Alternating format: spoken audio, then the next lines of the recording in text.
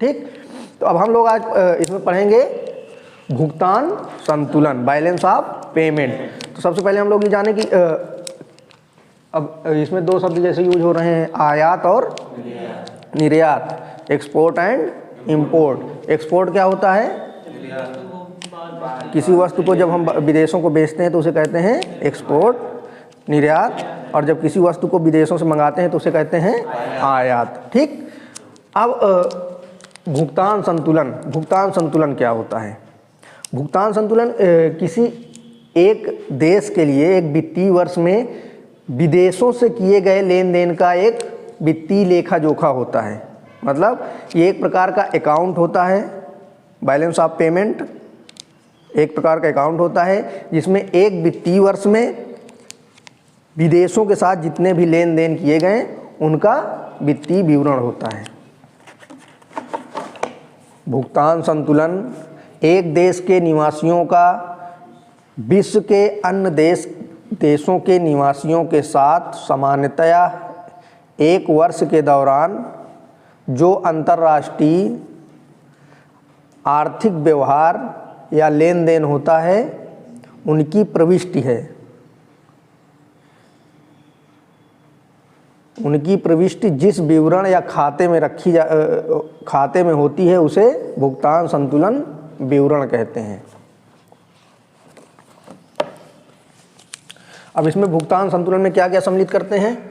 भुगतान संतुलन का मतलब हम जितना भी व्यापार होता है उसमें, चाहे वो वस्तुओं का व्यापार हो, चाहे सेवाओं का व्यापार हो, चाहे भौतिक परिसंपत्तियों का व्यापार हो, चाहे वित्तीय परिसंपत्तियों का व्यापार हो, मतलब भुगतान संतुलन में हम क्या क्या सम्मिलित करते हैं? वस्तुओं का आयात निर्यात, सेवाओं का आयात निर्यात, वित्तीय परिसंपत्तियों का आयात निर्यात और भौतिक परिसंपत्तियों का आयात निर्यात। जितना भी हम एक देश से दूसरे देश के बीच व्यापार करते हैं इन चीज़ों का, उसको हम किस में सम्मिलित करते हैं? भुगतान संतुलन में। अब भुगतान संतुलन को एक प्रकार का अकाउंट होता है। ठीक, उस अकाउंट के दो भाग होते हैं, एक तरफ डेबिट लिखा होता है, एक तरफ क्रेडिट लिखा होता है। डेबिट का मतलब, क्रेडिट का मतलब जमा करना, डेबिट का मतलब उधार या निकालना। ठीक, तो जब हम किसी वस्तु को बेचते हैं उससे हमें इनकम प्राप्त होती है तो उसको किस में ले जाएंगे? क्रेडिट में, जमाए में। ठीक, और जब हम किसी वस्तु को खरीदते हैं या किसी वस्तु को उधार लेते हैं तो उसको किस में ले जाएंगे? डेबिट में। ठीक, तो एक प्रकार का ये अकाउंट होता है, बैलेंस ऑफ पेमेंट, उसका नाम ही है बैलेंस ऑफ पेमेंट अकाउंट। ठीक, तो उसमें एक प्रकार मांग पक्ष होता है, एक दूसरी तरफ जमा पक्ष होता है। बैलेंस ऑफ पेमेंट कौन जारी करता है? आरबीआई।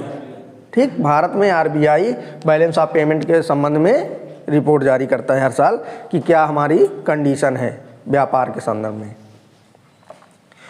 अब बैलेंस ऑफ पेमेंट का महत्व क्यों है? बैलेंस ऑफ पेमेंट का महत्व क्यों, इसको जानना चाहिए कि बैलेंस ऑफ पेमेंट में क्या है, चालू घाटा चल रहा है कि मुनाफा चल रहा है। उसका महत्व इसलिए क्योंकि इससे हमें पता चलता है कि हमारे देश की जो अंतर्राष्ट्रीय व्यापार की कंडीशन है उसकी क्या स्थिति है। ठीक, इसमें हमें जैसे कि आयात निर्यात की वास्तविक स्थिति क्या है, कितना हम आयात कर रहे हैं, कितना निर्यात कर रहे हैं, कि कौन सी वस्तुएं हमारे यहाँ ज़्यादा खपत हो रही हैं, या हमें किस वस्तु की ज़्यादा ज़रूरत है। तो इसका पता चलने से हमें कई फ़ायदे हो सकते हैं। जैसे हमें जब पता चल जाएगा कि हम किस वस्तु का आयात कर रहे हैं ज़्यादा, तो हो सकता है कि भविष्य में उस वस्तु का उत्पादन भी करने लगें ना। इसी तरह वैश्विक व्यापार की संरचना एवं प्रवृत्ति का पता चलता है। जैसे तुम लोगों को उसमें पढ़ोगे कि व्यापार की संरचना और व्यापार की दिशा से आप क्या समझते हैं। व्यापार की संरचना और व्यापार की दिशा से आप क्या समझते हैं, इसमें भी एक इंटरनेशनल इकोनॉमिक्स में हो सकता है तुम लोगों के चैप्टर में पढ़ाया जाए। ठीक, तो ये अलग क्वेश्चन हो जाएगा, व्यापार की संरचना क्या है, व्यापार की प्रकृति क्या है या दिशा क्या है। तो संरचना का मतलब होता है ढांचा। व्यापार की संरचना का मतलब कि हम किन वस्तुओं का आयात निर्यात करते हैं, मतलब हम किन वस्तुओं का आयात करते हैं, किन वस्तुओं का निर्यात करते हैं, तो इसको कहते हैं व्यापार की संरचना। जैसे इसमें टीसीएस में क्वेश्चन बनते हैं जब हर साल, जैसे तुम्हारा जब एनुअल रिपोर्ट आती है उसकी आरबीआई की, मॉनेटरी पॉलिसी की। इसी तरह उसमें पूरा बैलेंस ऑफ पेमेंट का आता है। फिर इकोनॉमिक आर्थिक समीक्षा जब आती है तो आर्थिक समीक्षा में भी पूरा दिया रहता है। तो इसमें क्वेश्चन हमेशा ये बनता है कि जैसे कि पूछ लिया कि भारत का व्यापार सबसे ज़्यादा किस देश के साथ है ना, या भारत का निर्यात सबसे ज़्यादा किस देश के साथ है, या भारत का आयात सबसे ज़्यादा किस देश के साथ है, देश के साथ नहीं, किस वस्तु का है। ये तो व्यापार की संरचना में, व्यापार की संरचना में क्या पूछेगा कि भारत किस वस्तु के निर्यात में पहला स्थान है, किस वस्तु का निर्यात सबसे ज़्यादा करता है, या किस वस्तु का आयात सबसे ज़्यादा करता है। तो ये क्वेश्चन यहाँ से बन जाता है। तो इसमें जैसे तुम करंट में देखोगे तो भारत का सबसे ज़्यादा निर्यात किसका करता है, सबसे ज़्यादा भारत इस समय जो निर्यात करता है वो होता है पेट्रोलियम उत्पाद। निर्यात भी, आयात भी करता है, आयात कच्चे तेल का सबसे ज़्यादा करता है, ठीक, लेकिन निर्यात सबसे ज़्यादा पेट्रोलियम प्रोडक्ट का करता है। वो निर्यात मतलब उससे प्रोडक्ट बनाता है और उसका सबसे ज़्यादा लिखता है।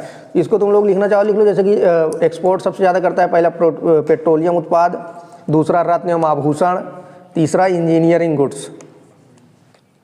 निर्यात सबसे ज़्यादा एक्सपोर्ट करता है पेट्रोलियम उत्पाद का, उसके बाद रत्न एवं आभूषण का, फिर इंजीनियरिंग का, इंजीनियरिंग वस्तुओं का। इसमें से 2-3 बार क्वेश्चन बन चुके हैं। सबसे ज़्यादा आयात किसका करता है, कच्चे तेल का, सोना एवं चांदी का, मतलब ज्वेलरी वाली जो कच्चा माल आता है, इसे क्या कहेंगे, व्यापार की संरचना।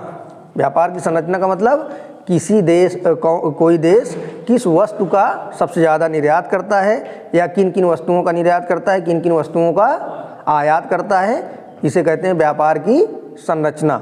भारत में जैसे शुरुआत से अगर हम लोग देखेंगे तो आज़ादी के बाद से भारत की निर्यात संरचना लगातार बदलती रही है।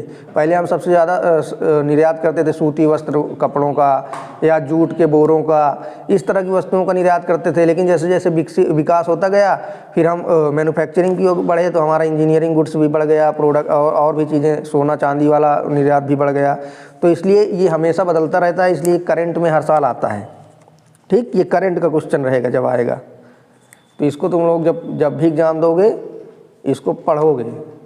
व्यापार की दिशा और व्यापार की संरचना, ये कहाँ मिलेगा, आर्थिक समीक्षा में मिलेगा। व्यापार की दिशा, व्यापार की दिशा का मतलब है कि कौन सा देश किस देश के साथ व्यापार करता है। मतलब अगर हम भारत के संदर्भ में ये कहें कि भारत की व्यापार की दिशा क्या है, तो हमें ये देखना पड़ेगा कि भारत किन किन देशों के साथ व्यापार ज़्यादा करता है, ठीक, या किससे ज़्यादा आयात करता है, किससे ज़्यादा निर्यात करता है।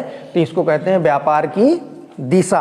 ये भी आज़ादी के बाद बदलती रही है, क्योंकि पहले भारत का निर्यात आयात सबसे ज़्यादा इंग्लैंड के साथ होता था, लेकिन धीरे धीरे जैसे जैसे आर्थिक विकास होता गया, भारत का विस्तार होता गया अंतर्राष्ट्रीय देशों के साथ, तो उसकी दिशा भी बदलती गई। अब इसमें भी कई बार क्वेश्चन पूछ चुका है कि भारत का सबसे बड़ा व्यापारिक साझेदार देश कौन सा है, अमेरिका, ठीक। तो उसमें 2-3 भी देता है, जैसे मान लो पहला वाला ना दिया, दूसरा वाला ऑप्शन दे दिया, तो दूसरा है संयुक्त अरब अमीरात, यूएई ना, अमेरिका, संयुक्त अरब अमीरात। फिर तीसरा है चीन, चौथा है बांग्लादेश, पांचवा है सिंगापुर, ठीक। अब उसमें भी 2 क्वेश्चन बन जाते हैं। पहला तो क्वेश्चन बन गया भारत का सबसे बड़ा व्यापारिक साझेदार देश कौन सा है, फिर उसमें एक क्वेश्चन बन जाता है भारत सबसे ज़्यादा निर्यात किस देश को करता है, भारत सबसे ज़्यादा आयात किस देश से करता है। तो भारत सबसे ज़्यादा आयात किस देश से करता है, चीन से करता है। भारत सबसे ज़्यादा निर्यात किस देश को करता है, संयुक्त राज्य अमेरिका को ही कर रहा है इस समय।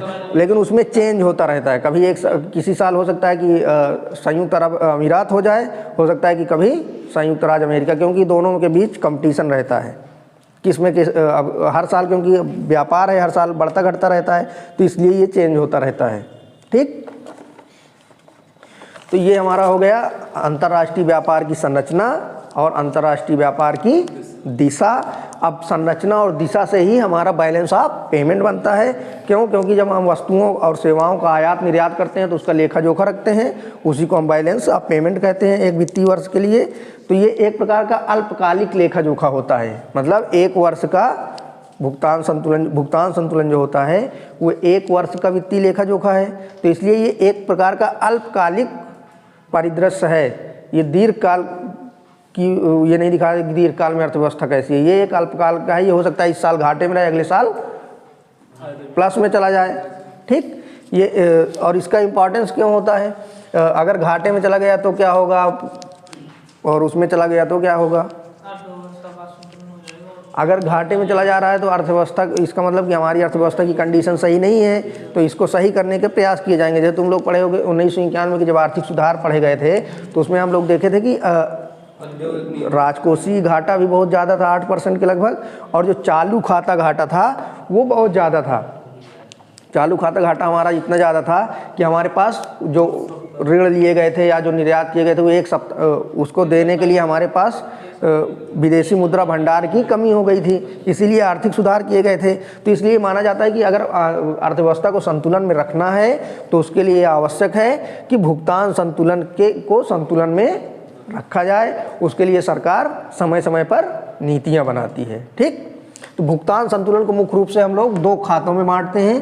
पहला होता है चालू खाता, दूसरा होता है पूंजी खाता। चालू खाता मतलब करेंट अकाउंट, पूंजी खाता का मतलब कैपिटल अकाउंट।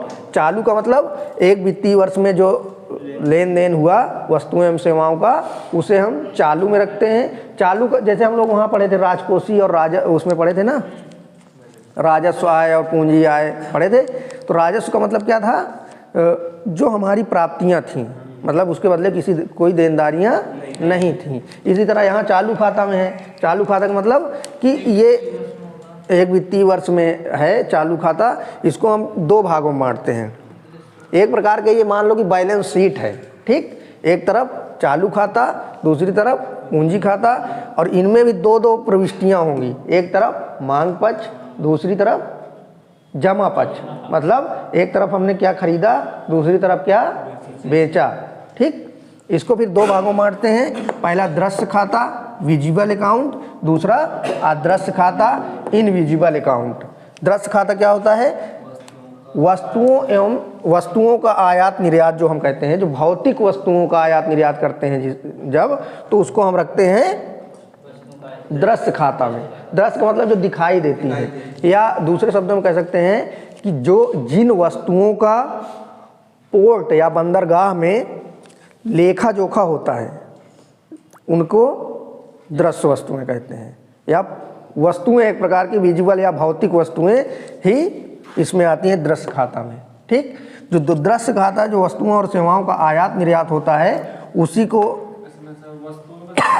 नहीं, सिर्फ वस्तुओं का, हाँ, जिसे हम छू सकें, या जिन वस्तुओं का पोर्ट में लेखा जोखा होता है आयात निर्यात के समय, उसी को हम रखते हैं विजिबल अकाउंट में। और इसी जो जब इसमें आयात निर्यात, अगर आयात ज़्यादा है निर्यात ज़्यादा है तो इसमें घाटा होगा या प्लस में होगा, तो उसी को कहते हैं व्यापार खाता या trade accounts, balance of trade. सबसे महत्वपूर्ण यही होता है, बैलेंस ऑफ ट्रेड। एक हो गया बैलेंस ऑफ ट्रेड, एक हो गया बैलेंस ऑफ पेमेंट। तो बैलेंस ऑफ पेमेंट एक बृहद संकल्पना हो गई और balance of trade balance of payment का एक पार्ट हो गया। यहाँ से क्वेश्चन बना देता है, मतलब बैलेंस ऑफ ट्रेड और बैलेंस ऑफ पेमेंट एक ही, कहने में तो एक तरह लग रहे हैं ना, लेकिन इसमें बहुत ज़्यादा अंतर है। बैलेंस ऑफ पेमेंट में बहुत चीज़ें सम्मिलित है, लेकिन बैलेंस ऑफ ट्रेड में सिर्फ वस्तुओं का आयात निर्यात सम्मिलित है।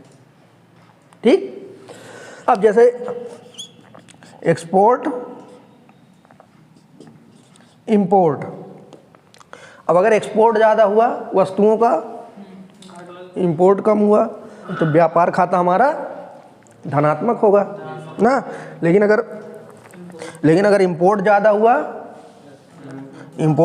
एक्सपोर्ट से, तो घाटा होगा, मतलब व्यापार घाटा होगा। इसी तरह अगर एक्सपोर्ट इक्वल टू इंपोर्ट है तो संतुलन में होगा ना।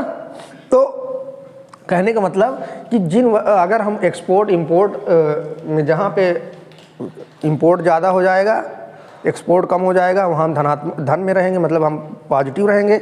लेकिन अगर हमारा एक्सपोर्ट कम है और इंपोर्ट ज़्यादा है तो हम घाटे में जाएंगे तो हमारे लिए कई समस्याएं आएंगी।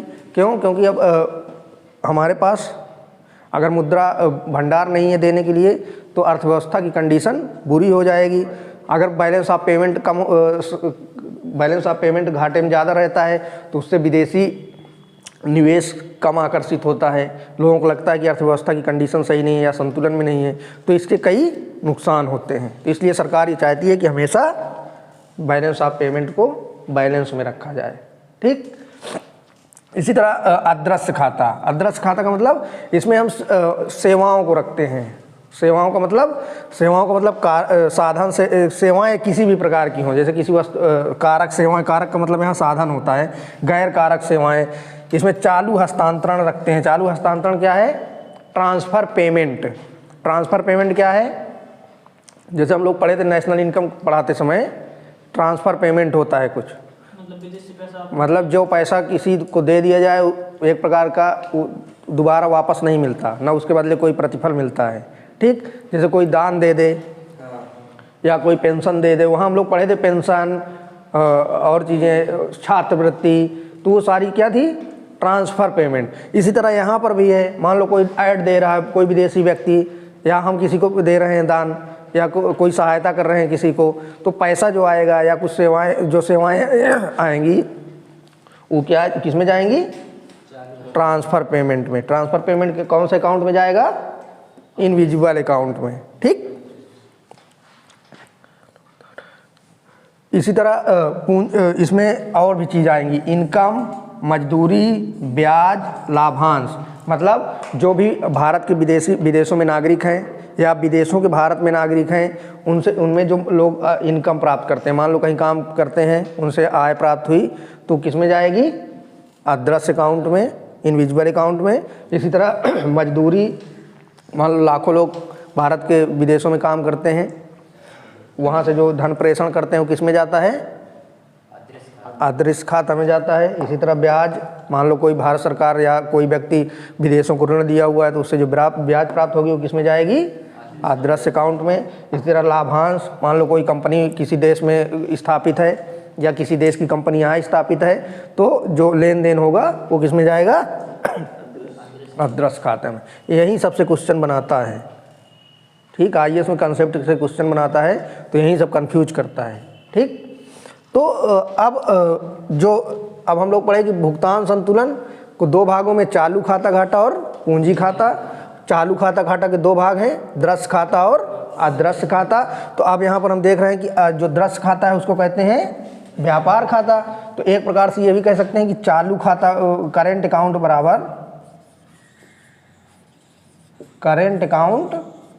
बराबर चालू खाता घाटा बराबर क्या? ये व्यापार खाता, बैलेंस ऑफ ट्रेड प्लस ये इनविजिबल अकाउंट, अदृश्य खाता। ठीक,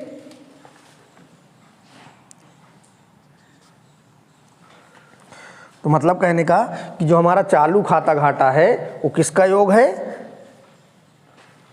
व्यापार खाता का, बैलेंस ऑफ पेमेंट को, और इनविजिबल अकाउंट का। ठीक, इसी तरह अब हमारा एक होता है पूंजी खाता। अब इसमें हम पहले ही बता चुका कि दोनों तरफ होंगी, एक प्रविष्टियां होंगी, एक तरफ जमा, एक तरफ मांग। तो इसमें भारत का भी मान लो कि भारत के लोग भी बाहर हैं और विदेशी यहाँ भी हैं, तो दोनों तरफ का लिखा जाएगा। मतलब कि हम भी एक उसमें लिखेंगे अपना कि हमारी तरफ से कितना जा रहा है, और एक तरफ उनका भी लिखेंगे कि उनकी तरफ से कितना आ रहा है। ठीक, वो विस्तार से जाने की कोई ज़रूरत नहीं उसमें, क्योंकि बस कंसेप्ट पता होना चाहिए, क्योंकि वो तो अकाउंट वालों का काम है ना कि उसमें देखना है कि कौन कौन सा किस में आएगा। ठीक, तो दूसरा होता है पूंजी खाता, कैपिटल अकाउंट। कैपिटल अकाउंट का मतलब, जैसे कि हम लोग पढ़े थे, कैपिटल का मतलब जो पूंजी है, जो अन्य धन का सृजन करती हो, या हम लोग वहाँ पे पढ़े थे, क्या पढ़े थे? पूंजीगत प्राप्तियाँ पढ़े थे कि जिनके बदले सरकार को कुछ देना पड़े या सरकार को कुछ दायित्व हो। तो उसी तरह यहाँ पर भी पूंजीगत प्राप्ति, पूंजी खाता होता है कि मतलब जिसके प्रति कुछ दायित्व होता है दोनों तरफ का। ठीक, वो इनकम नहीं होती है। इनकम और पूंजी में अंतर है। इनकम जो हमारी है, किसी को उसके बदले कोई हमारे ऊपर लायबिलिटीज नहीं है। ठीक, लेकिन जो कैपिटल होती है उसके बदले में हमारे ऊपर लायबिलिटीज होती है, हमें कुछ ना कुछ देना पड़ता है। ठीक, तो पूंजी खाता इसी तरह होता है। इसमें मुख्य रूप से रखते हैं विदेशी निवेश, उधार या ऋण और अन्य जमाएं। ये क्या है? विदेशी निवेश। जितना भी विदेशी निवेश आएगा वो किस में जाएगा? पूंजी खाता में जाएगा। इसी तरह जो भी उधार लिया जाएगा, उधार कई प्रकार का होता है, वाणिज्यिक उधार और बाहरी सहायता। जैसे मान लो कोई व्यक्ति उधार ले रहा है या कोई सरकार उधार ले रही है, सरकार उधार ले रही है वाणिज्यिक उधार, या कोई बड़ा पूंजीपति उधार ले रहा है किसी, तो ये सब किस में जाएगा? पूंजी खाते में। ठीक। का FII का मतलब foreign institutional investment. Foreign institutional investment का मतलब जैसे कि जो व्यक्ति, ये FDI क्या है? पढ़े हो कि नहीं तुम लोग अभी? FDI पढ़े ही होगे। FDI का मतलब कि जब कोई विदेशी व्यक्ति किसी या कंपनी किसी देश में आकर भौतिक परिसंपत्तियों पर निवेश करती है। मान लो कोई विदेशी आदमी आकर यहाँ पर कोई फैक्ट्री लगा देता है, या रोड पर वो इन्वेस्ट करता है, मतलब कि रोड बन रही है या पोर्ट बन रहा है, बंदरगाह बन रहा है, तो वो कहते हैं कि हम इतने करोड़ रुपए इसमें लगाएंगे, अपना निवेश करेंगे। या मतलब कहने का जो भौतिक परिसंपत्तियों पर निवेश होता है उसको कहते हैं प्रत्यक्ष विदेशी निवेश। प्रत्यक्ष का मतलब डायरेक्ट उत्पादन क्रियाओं पर जो निवेश हुआ है उसको कहते हैं FDI। FDI भी कई प्रकार का होता है, ये पूरा एक चैप्टर है FDI का या विदेशी निवेश का। उसमें भी क्वेश्चन आते हैं कि कितना % किस में FDI अलाउ किया गया, क्योंकि अभी पहले क्या होता था, पहले सरकार विदेशी निवेश को अलाउ नहीं करती थी, लेकिन अब धीरे धीरे हर क्षेत्र में विदेशी निवेश को अलाउ कर रही है, तो वहाँ से भी क्वेश्चन कभी कभी बन जाता है। ठीक। इसी तरह फॉरेन इंस्टीट्यूशनल इन्वेस्टमेंट जानते हो कि जैसे स्टॉक एक्सचेंज, ऐसा निवेश जो भौतिक परिसंपत्तियों नहीं बल्कि वित्तीय परिसंपत्तियों पर किया गया हो। वित्तीय परिसंपत्तियों पर जो इन्वेस्टमेंट किया जाता है उसको हम कहते हैं FII। जैसे मान लो स्टॉक एक्सचेंज है ना, तो वहाँ पे शेयर मार्केट है, शेयर खरीदते हैं लोग, डिवेंचर खरीदते हैं, बांड खरीदते हैं, तो शेयर मार्केट का जितना भी विदेशी पैसा आता है वो सब इसमें आता है, FII को। ठीक। और ये वाला निवेश बहुत अच्छा नहीं माना जाता, क्योंकि ये इसे माना जाता है कि कब रात भर में पलायन कर सकती है पूंजी, एक रात में भी हो सकता है लोग अपना पैसा निकाल के चले जाएं। तो जब इस पैसे को निकाल लेते हैं तो फिर एक क्राइसिस आ जाती है डॉलर और मुद्रा वाली। जो हमारा पैसा गिरता है, रुपया का मूल्य गिरता है, उसमें इसका बड़ा योगदान होता है।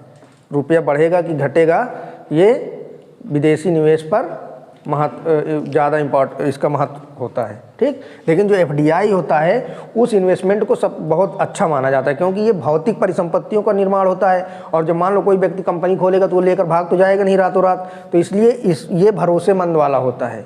लेकिन इसका कोई भरोसा नहीं है कि हो सकता है आज लोग 10,000 करोड़ लगा दें, कल रात के निकाल लें, तो इसलिए इसको सही नहीं माना जाता। तो इसमें हम विदेशी निवेश, आप समझ में आए निवेश क्या है ना? निवेश से प्राप्त आय इसमें जाएगी, इनकम। निवेश तो मतलब एक प्रकार का पूंजी। जैसे मान लो कि हमने 10,000 करोड़ रुपए अमेरिका के शेयर मार्केट में लगा दिया, मतलब देश में आकर निवेश करे, वही है विदेश निवेश। हाँ, जैसे कोई बाहरी कंपनी अब भारत में आकर निवेश करे तो वो हुआ विदेशी निवेश, इन्वेस्टमेंट। या भारत का कोई व्यक्ति विदेशों में जाकर निवेश करे। ठीक। और लेकिन उससे जो इनकम प्राप्त होगी, जैसे मान लो कि 10,000 रुपये किसी ने लगाया, मान लो $10,000 किसी ने, अब मान लो मेरे पास $10,000 है, मैं अमेरिका में लगा दिया। ठीक। तो वहाँ 10,000 तो डॉलर मेरा लगा है, कोई कंपनी खुल गई, लेकिन जो उससे इनकम प्राप्त होगी, इनकम तो प्राप्त होगी तभी तो मैं निवेश कर रहा हूँ, निवेश से प्रॉफिट मिलेगा, तो वो कहाँ जाएगा? वो यहाँ जाएगा। वो ये है इनकम, आय या लाभांश। ठीक। इसमें उधार दूसरा है। उधार का मतलब वाणिज्यिक उधार, बाहरी सहायता। जैसे मान लो कि IMF है, वर्ल्ड बैंक है ना, ये जो भी सहायता देते हैं वो सब किस में जाता है? पूंजी खाता में। इसी तरह अन्य जमाओं में NRI का सुने होगे तुम लोग, जो भारतीय मूल के लोग हैं वो भी भारत में निवेश करते हैं ना, तो उनकी जो जमाएं हैं वो पूंजी खाता में जाती हैं। ठीक। तो अब इसमें दोनों में देखा जाता है कि हमारी प्राप्तियां ज़्यादा हैं कि जमाएं ज़्यादा हैं। अगर प्राप्तियां ज़्यादा हैं तो हमारा बैलेंस ऑफ पेमेंट प्लस में रहेगा। अगर जो हमारी जमाएं हैं वो क्या है, अगर वो कम है तो क्या होगा, माइनस में जाएगा। तो इस तरह से ये हो गया तुम्हारा भुगतान संतुलन या balance of payment. Export import क्यों कम हो सकता है, तो इसके कई कारण हो सकते हैं। जैसे मान लो कि आयात में वृद्धि, आयात हो सकता है किसी वस्तु की अचानक हमारे यहाँ मांग बढ़ जाए और अब मांग बढ़ने के कारण हमें किसी वस्तु का ज़्यादा आयात करना पड़ेगा। तो जब ज़्यादा आयात करना पड़ेगा तो हमारा बैलेंस ऑफ पेमेंट बिगड़ेगा ना। इसी तरह हो सकता है कि निर्यात में कमी आ जाए, कोई ऐसी कंडीशन आ जाए कि हम जिन वस्तुओं का निर्यात कर रहे हैं उन वस्तुओं का निर्यात ना कर पाएँ। जैसे मान लो कोरोना काल हो गया ना, कोरोना काल में मान लो कि अब हमारे यहाँ प्रोडक्शन सब बंद हो गया, तो जब प्रोडक्शन बंद हो गया तो हम निर्यात नहीं कर पाएंगे, निर्यात नहीं कर पाएंगे तो इसका मतलब कि हमारा बैलेंस ऑफ पेमेंट घाटे में जाएगा। इसी तरह मान लो कच्चे तेल की कीमतों में जब वृद्धि हो जाती है, जैसे भारत सबसे ज़्यादा पेट्रोलियम का आयात करता है, तो जब ज़्यादा इंपोर्ट करेगा और अचानक से किसी उसकी कीमत बढ़ जाए, तेल की कीमत बढ़ा दें, तो क्या होगा, बैलेंस ऑफ पेमेंट बढ़ेगा, क्योंकि हमारे पास हमें ज़्यादा भुगतान करना पड़ेगा, ज़्यादा भुगतान करना पड़ेगा तो हमारा बैलेंस ऑफ पेमेंट बिगड़ेगा। इसी तरह और भी कंडीशन हो सकती हैं, जैसे कि वैश्विक मंदी। वैश्विक मंदी कभी कभी देखा जाता है कि विश्व स्तर पर मंदी आ जाती है, कई मंदियाँ आई हैं, तो जब मंदी आ जाती है तो उसमें भी समस्याएं आती हैं। इसी तरह मान लो युद्ध हो जाए, विदेशी ऋण या ज़्यादा ले लिया जाए, या रुपए का मूल्य ह्रास, रुपए का मूल्य ह्रास अगर होता है, जैसे जब रुपए की कीमत हमारी गिरती है, घटती है, तो उससे भी बैलेंस ऑफ पेमेंट पर प्रभाव पड़ता है। क्यों? क्योंकि हमें फिर ज़्यादा रुपया देना पड़ता है डॉलर के बदले, तो इसलिए ये भी एक कारण हो सकता है। तो जितने भी मतलब कि बैलेंस ऑफ पेमेंट में संतुलन असंतुलन होने के लिए कई कारक जिम्मेदार होते हैं, लेकिन सरकार ये चाहती है हमेशा कि बैलेंस ऑफ पेमेंट हमेशा संतुलन में रहे, क्योंकि बैलेंस ऑफ पेमेंट संतुलन में रहेगा तो देश की अर्थव्यवस्था संतुलन में रहेगी। ठीक, तो बैलेंस ऑफ पेमेंट को कम करने के लिए सरकार क्या करती है या आरबीआई क्या करता है, अब वो हम लोग देखते हैं। मतलब कि अगर भुगतान प्रतिकूल है, भुगतान संतुलन हमारा बैलेंस ऑफ पेमेंट प्रतिकूल है, तो उसको सही करने के लिए कौन कौन से कदम उठाए जा सकते हैं, किसके माध्यम से भुगतान संतुलन को सही किया जा सकता है। प्रतिकूल भुगतान संतुलन में सुधार के उपाय। अब यहाँ तुम्हारा तो ये हो गए हम लोग ये प्रतिकूल भुगतान संतुलन के सुधार के उपाय। अब इसमें प्रतिकूल भुगतान संतुलन को सुधार करने के लिए हम मौद्रिक नीति का सहारा भी ले सकते हैं, राजकोषीय व्यापारिक उपाय का सहारा ले सकते हैं, राजकोषीय नीति का भी सहारा ले सकते हैं और अन्य उपाय भी अपना सकते हैं। मौद्रिक नीति जैसे हम लोग पढ़ चुके हैं, मौद्रिक नीति का मतलब क्या है, आरबीआई के द्वारा मुद्रा की पूर्ति एवं मांग को संतुलित करना, वही है मौद्रिक नीति। तो ब्याज दर के माध्यम से आरबीआई क्या करता है, मार्केट में मुद्रा का संकुचन एवं विस्तार करता है। अब जब जरूरत होगी विस्तार की तो विस्तार करेगा, जब जरूरत होगी संकुचन की तो संकुचन करेगा। तो जैसा कि हम लोग पढ़ चुके हैं कि मॉनेटरी पॉलिसी में कि अगर इन्फ्लेशन है तो सरकार इन्फ्लेशन अगर मार्केट में ज़्यादा है तो आरबीआई क्या करता है, मुद्रा का संकुचन करता है। लेकिन अगर मंदी की स्थिति है अर्थव्यवस्था में तो क्या करता है, मुद्रा का विस्तार करता है।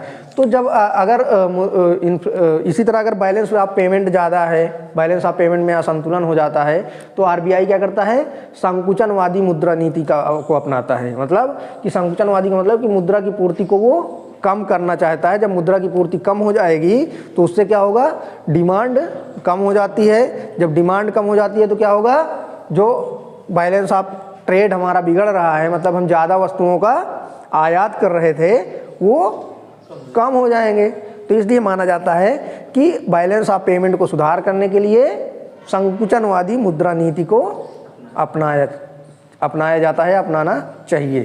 ठीक, तो एक उपाय हो गया मुद्रा का संकुचन एवं विस्तार। अगर ज़रूरत है बैलेंस ऑफ पेमेंट को बैलेंस करने के लिए, जो ज़रूरत होगी उसके माध्यम से बैलेंस ऑफ पेमेंट को संतुलन में आरबीआई करने का प्रयास करता है।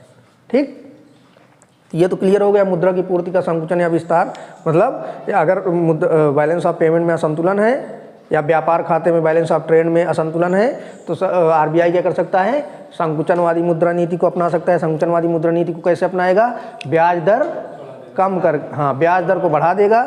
जब ब्याज दर बढ़ा देगा तो क्या होगा, उससे ब्याज रेट ऑफ इंटरेस्ट जब बढ़ जाती है तो तरलता कम हो जाती है, तरलता कम होने से मार्केट में डिमांड कम हो जाती है, जब डिमांड कम हो जाती है तो महंगाई भी कम होती है और जो हमारा आयात है विदेशों से वो भी कम हो जाता है। एक पक्ष तो ये हुआ, ठीक। दूसरा पक्ष ये भी होता है कि जब आरबीआई रेट ऑफ इंटरेस्ट को बढ़ा देता है तो जो विदेशी निवेश होता है वो आकर्षित होता है। मतलब जो एफआईआई है, यहाँ पर जैसे तुम लोग पढ़ाया था कि पोर्टफोलियो इन्वेस्टमेंट, तो जब ब्याज दर बढ़ जाती है तो ब्याज दर बढ़ जाएगी तो जो विदेशी निवेशक होते हैं वो तुरंत शेयर मार्केट में पैसा लगाना शुरू कर देते हैं। तो उससे क्या होता है, विदेशी पूंजी का प्रवाह होता है। तो जब विदेशी पूंजी हमारे पास प्राप्त होगी तो हमें बैलेंस ऑफ पेमेंट को सुधार करने में आसानी होती है और हमारे रुपए की कंडीशन भी सुधरती है। मतलब कि जब विदेशी व्यापार ज़्यादा होगा तो डॉलर ज़्यादा आएगा, जब डॉलर ज़्यादा हो जाएगा तो रुपए की कीमत भी बढ़ेगी ना। तो इसलिए इसके दो पहलू होते हैं। एक आंतरिक संतुलन की तरफ से, मतलब मौद्रिक नीति के माध्यम से आरबीआई क्या करती है, मुद्रा का संकुचन करती है। मुद्रा का संकुचन करती है तो उससे क्या होता है, ब्याज दर बढ़ती है, ब्याज दर बढ़ती है तो तरलता कम हो जाती है, तरलता कम हो जाती है तो डिमांड कम हो जाती है, डिमांड कम हो जाती है तो महंगाई भी कम होती है। एक तरफ इन्फ्लेशन का संतुलन, दूसरी तरफ निर्यात, जो हम आयात ज़्यादा कर रहे थे आयात भी कम हो जाएंगे, क्योंकि जब वस्तुएं महंगी हो जाएंगी तो आयात भी, हमारे पास तरल पैसा ही नहीं रहेगा तो हम ज़्यादा विदेशों से वस्तुओं का आयात जो हो रहा है उसको खरीदेंगे नहीं। तो एक तरफ आंतरिक संतुलन इसके माध्यम से हो सकता है। दूसरा, जब ब्याज दर बढ़ जाती है तो विदेशी निवेशक क्या करते हैं, आकर्षित होते हैं, क्योंकि उन्हें ज़्यादा ब्याज मिलेगी, पैसा जमा करेंगे यहाँ तो जब ज़्यादा ब्याज मिलेगी तो वहाँ से वो विदेशी डॉलर लेके आएंगे। जब डॉलर हमारे पास आएगा तो हमारा रुपए की स्थिति भी मजबूत होती है और दूसरी तरफ हमारे पास डॉलर की जब ज़्यादा मात्रा हो जाएगी तो उससे हम अपना बैलेंस ऑफ ट्रेड या बैलेंस ऑफ पेमेंट को संतुलन में ला सकते हैं, ठीक। तो ये हो गई मॉनेटरी पॉलिसी। इसी तरह दूसरा है विनिमय दरों में परिवर्तन। विनिमय दर क्या होता है, एक्सचेंज रेट। एक्सचेंज रेट का मतलब जैसे कि अब तो मान लो कि ओपन इकोनॉमी हो गई है, विनिमय दर का नियंत्रण सरकार अपने पास बहुत कम रखी हुई है। पहले क्या होता था, आरबीआई जो विदेशी मुद्रा का लेन देन होता था वो पूरा का पूरा सरकार करती थी। मतलब कि अगर हमें $2 चाहिए तो सरकार ही हमें देगी, हम मार्केट से उसको नहीं खरीद सकते थे 1991 तक। 1991 के बाद थोड़ा सा उसमें सुधार किया गया, उसको कभी पढ़ाएंगे मौका मिलेगा तो। विदेशी विनिमय दर में भी कभी कभी क्वेश्चन आते हैं। तो विदेशी विनिमय दर में जब सरकार, अगर स्थिर विनिमय दर है मतलब कि सरकार के माध्यम से चलती है तो उसमें विनिमय दर को सरकार अपने अकॉर्डिंग कम ज़्यादा कर सकती है। जैसे डॉलर के मुकाबले रुपए की कीमत बढ़ा सकती है, रुपए की कीमत घटा सकती है। तो उसी को कहते हैं कि विदेशी विनिमय दर के माध्यम से भी जो बैलेंस ऑफ पेमेंट है उसको सुधारा जा सकता है। विदेशी विनिमय दर के माध्यम, इसी तरह एक होता है अवमूल्यन, डिवैल्यूएशन इसे कहते हैं। यहाँ से भी आईएएस में क्वेश्चन बने हैं, ठीक। डिवैल्यूएशन, इसका तुम लोगों को अलग अलग पूरा हो सकता है। मॉनेटरी, जब तुम इंटरनेशनल इकोनॉमिक्स का पेपर पढ़ोगे तो उसमें ये वाला पूरा हो सकता है, एक चैप्टर पढ़ना पड़े। ये अवमूल्यन तो एक क्वेश्चन यहाँ से भी एकदम 100% क्लियर रहता है कि आता है। अब तक 3 बार हो चुका सर अपने यहाँ अवमूल्यन मुद्रा। हाँ, तो मुद्रा का अवमूल्यन, अवमूल्यन क्या है, डिवैल्यूएशन। दो शब्द होते हैं, एक होता है डिवैल्यूएशन, एक होता है डिप्रेसिएशन। मुद्रा का डिप्रेसिएशन, रुपए का डिप्रेसिएशन।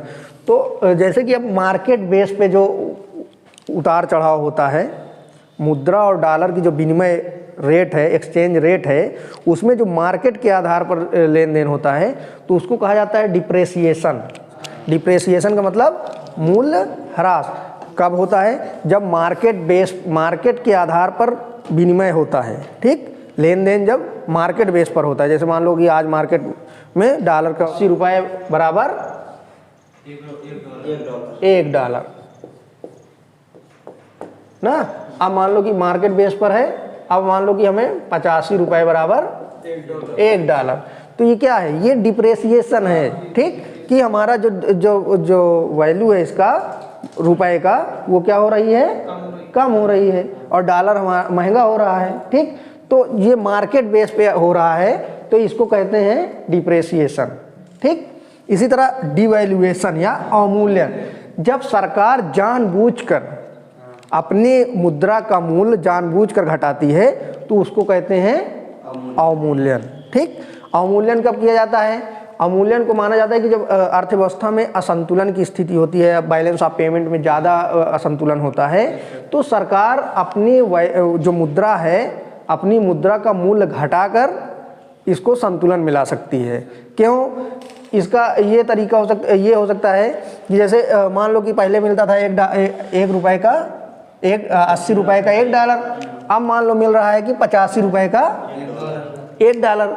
तो इसके दो पहलू हुए। एक पहलू ये हुआ कि जो हम वस्तुएं खरीद रहे हैं मार्केट में, विदेशी वस्तुएं जो आ रही हैं, अगर हमारा रुपया की कीमत घट रही है तो क्या होगा, हमें ज़्यादा पैसा देना पड़ेगा। जैसे मान लो कि कोई ये पेन था, इसको अमेरिका से मंगाए थे, ये मिलता था $1 का। ठीक, $1 का के बदले हमें कितना देना पड़ता था? 80 रुपये। लेकिन अब अगर हमारे रुपए की कीमत घट गई या सरकार ये कह दे कि हम अपने रुपए का डिवैल्यूएशन कर रहे हैं, ठीक, डिवैल्यूएशन कर रहे हैं, तो अब हमारा जो रुपया हुआ, जो डॉलर हुआ, $1 कितने का हो गया? 85 रुपये का। तो अब हमें एक पेन प्राप्त करने के लिए 85 रुपये देने पड़ेंगे ना। तो अब हमें 5 रुपये ज़्यादा देना पड़ रहा है कि नहीं? तो इससे क्या होगा? इससे हमारा जो आयात है वो हतोत्साहित होगा। मतलब कि जो हम ज़्यादा वस्तुएं उपभोग कर रहे थे, हो सकता है कि अब हम कम करें। इसका दूसरा पहलू ये होगा कि जो विदेशी आयातक हैं, जिन वस्तुओं को हम निर्यात करते हैं, जैसे कि अभी मान लो कि $1 में $1 वाला 80 रुपये देता था। मान लो अमेरिका वाले को कुछ सामान खरीदना है, तो मान लो कि वो हमारे यहाँ 80 रुपये की कोई वस्तु है, ये पेन मान लो 80 रुपये का है यहाँ, ठीक, तो वो $1 दे देता था, तो उसको 80 रुपये की वस्तु मिल जाती थी। लेकिन जब महंगा हो गया, रुपया सस्ता हो गया, उसका डॉलर महंगा हो गया, तो उसको अब जो 80, अब वही चीज़ उसको ज़्यादा मिल जाएगी, उसको 5 रुपये की बचत हो रही है कि नहीं? मान लो कि 5 रुपये की वो और कुछ सामान खरीद लेगा ना। पहले 80 रुपये का सामान के बराबर मिलता था, अब उसको 85 रुपये के बराबर मिल रहा है, तो मतलब कि उसको 5 रुपये के बराबर का कोई और सामान खरीद सकता है। तो इससे क्या होगा? उसके लिए वस्तुएं क्या हो गई? सस्ती हो गई, और हमारे लिए महंगी हो गई।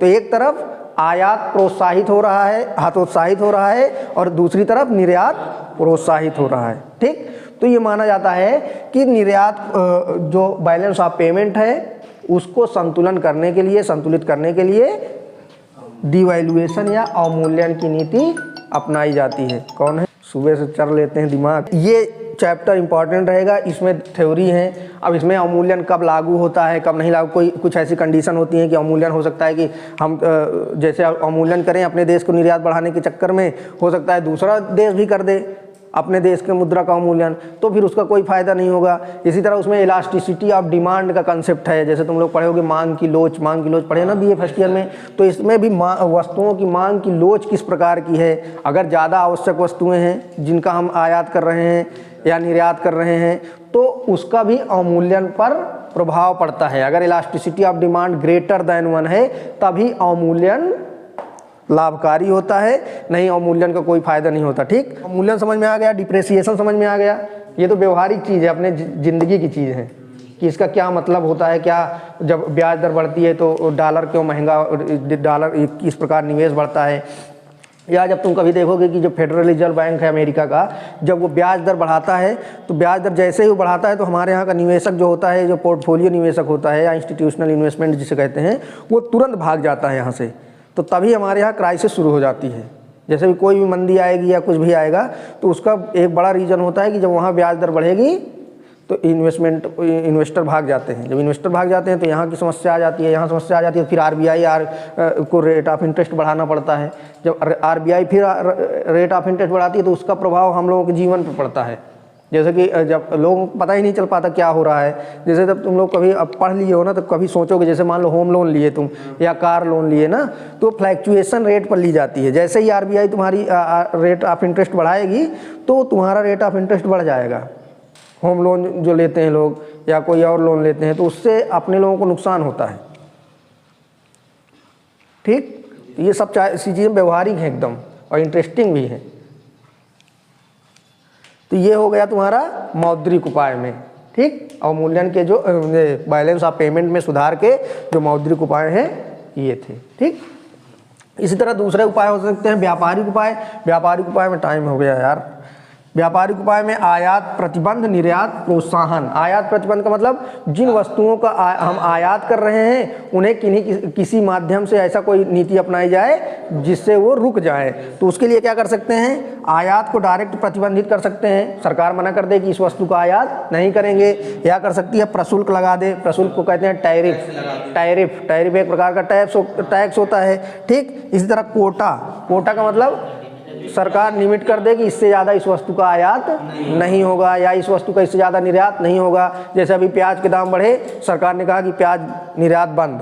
इसी तरह चावल के दाम बढ़ रहे थे या चावल की कमी हो रही थी, तो सरकार ने कहा कि अब चावल इससे ज़्यादा निर्यात नहीं कर सकते, तो इसको कहते हैं कोटा।